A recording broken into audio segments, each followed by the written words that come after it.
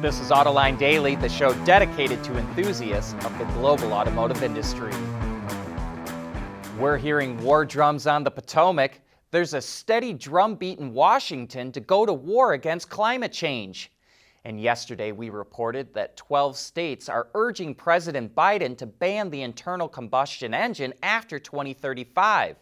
The president then announced he's holding a global summit to get the world to slash CO2 emissions. And he committed the United States to cut carbon emissions in half by the end of this decade. Well, Wall Street took that news to heart and jumped all over the stock of EV automakers. Fisker shot up 17%, Canoo was up 12%, and XL Fleet was hot on its heels. Lucid posted a nearly 8% gain, and even Nikola was up more than 6%. And we know, since everyone's going to ask, Tesla was up just over 3%. Investors may be holding back a little bit on Tesla because all the backlash it's facing in China.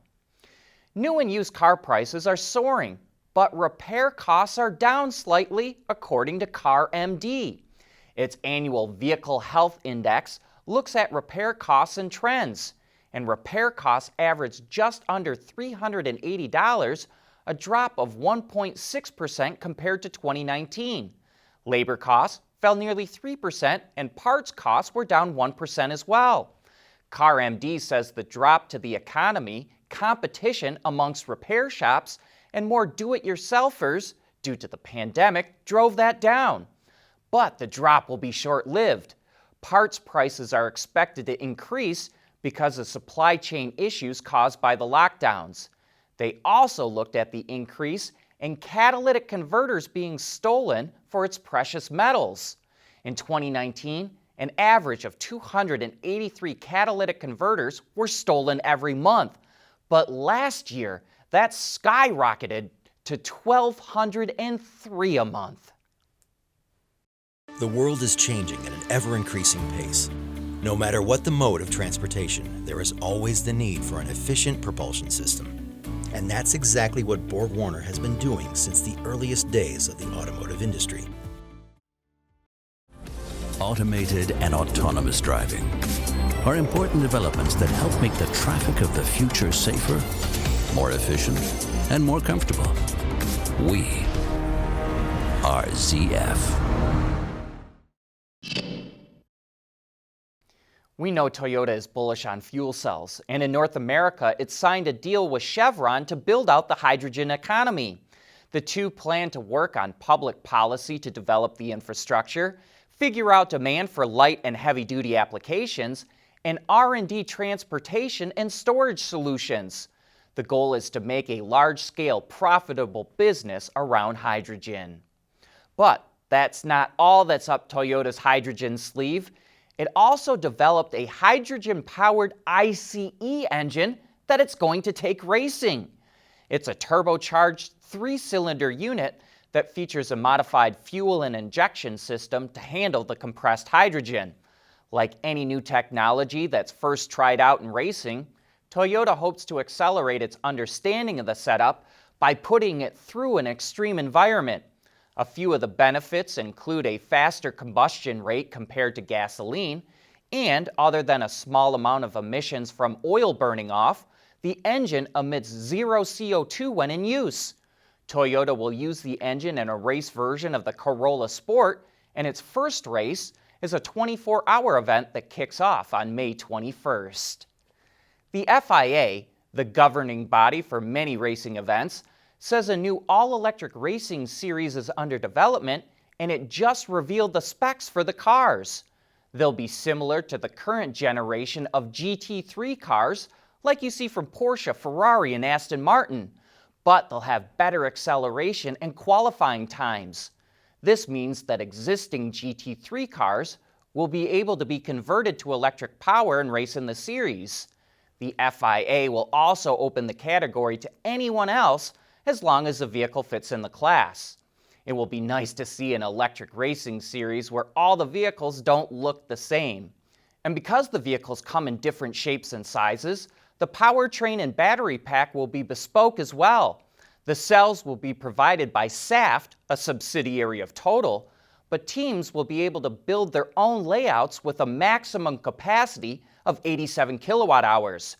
Cars will be expected to charge during pit stops, but they'll only have to go to 60%, and thanks to 700 kilowatt fast charging, it'll only take a little more than 4 minutes to do that. Manufacturers can choose between 2 or 4 motor setups with both 2 and 4-wheel drive allowed, but total power can't exceed 450 kilowatts. Bring it all together into a package with a minimum weight of 1,490 to 1,530 kilograms, or about 3,300 to 3,400 pounds, and these suckers will do 0 to 100 kilometers an hour in 2.4 seconds and have a top speed of 300 kilometers an hour, or about 185 miles per hour. Sounds like it could be a good watch. And here's another car that's going to feel right at home on a racetrack. It's a special edition version of the Ferrari 812 Superfast. At the heart of this beast lurks a V12 engine that's been tuned to make nearly 820 horsepower and rev to 9,500 RPM. Both figures are the highest for any road-going Ferrari ever.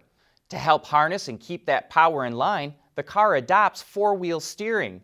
We think the most distinguishing styling features are that carbon fiber blade that stretches across the hood and an aluminum panel with louvers that replaces the rear window. But you'll also notice a number of other carbon fiber components inside and out, as well as a more aggressive rear spoiler. Ferrari says it will release the car's name along with more information on May 5th during a live-streamed event.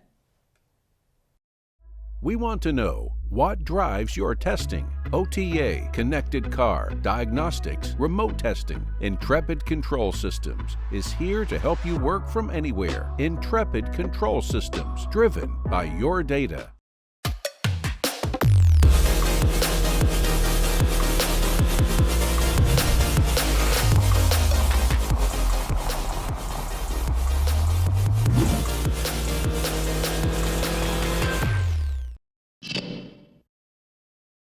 Volkswagen introduced the new Polo earlier today. The front and rear styling has been updated, which features new LED head and taillights. On the inside, a digital instrument cluster with an 8-inch display is now standard. Other standard equipment includes air conditioning, Bluetooth, and heated and electrically adjusted mirrors. The new Polo is also available with predictive adaptive cruise control and lane assist. Customers in Europe can begin pre-ordering the new model next month. Ford of Europe is developing new technology to help make nighttime driving easier. It previously used road signs and lane markings as cues to adjust headlights to better illuminate the road. Now it's using GPS data, advanced technologies, and street geometry information to identify turns in the road ahead. An algorithm calculates the direction and speed of the vehicle to automatically adjust the headlights to light up the road, including turns and crossroads.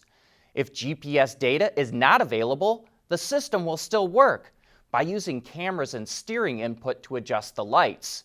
The technology is still in the prototype phase, so no word on when it will be available. And join us for Autoline After Hours today. Our guest is Deborah Maluski, who's in charge of sustainability at Ford. Christy Schweinsberg from Ward's Intelligence and Lindsay Brook from SAE will also be on the show. Other topics include the backlash against Tesla in China, how more EVs in China could consume more coal, and whether or not General Motors is backtracking on its commitment to electric cars. So, join John and Gary for some of the best insights into what's going on in the global automotive industry. And with that, we wrap up today's show. Thank you for watching.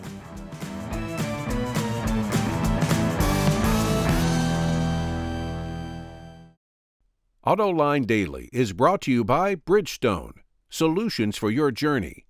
Intrepid Control Systems, over-the-air engineering, boost your game. Borg Warner, propulsion solutions that support a clean, energy-efficient world. And by ZF.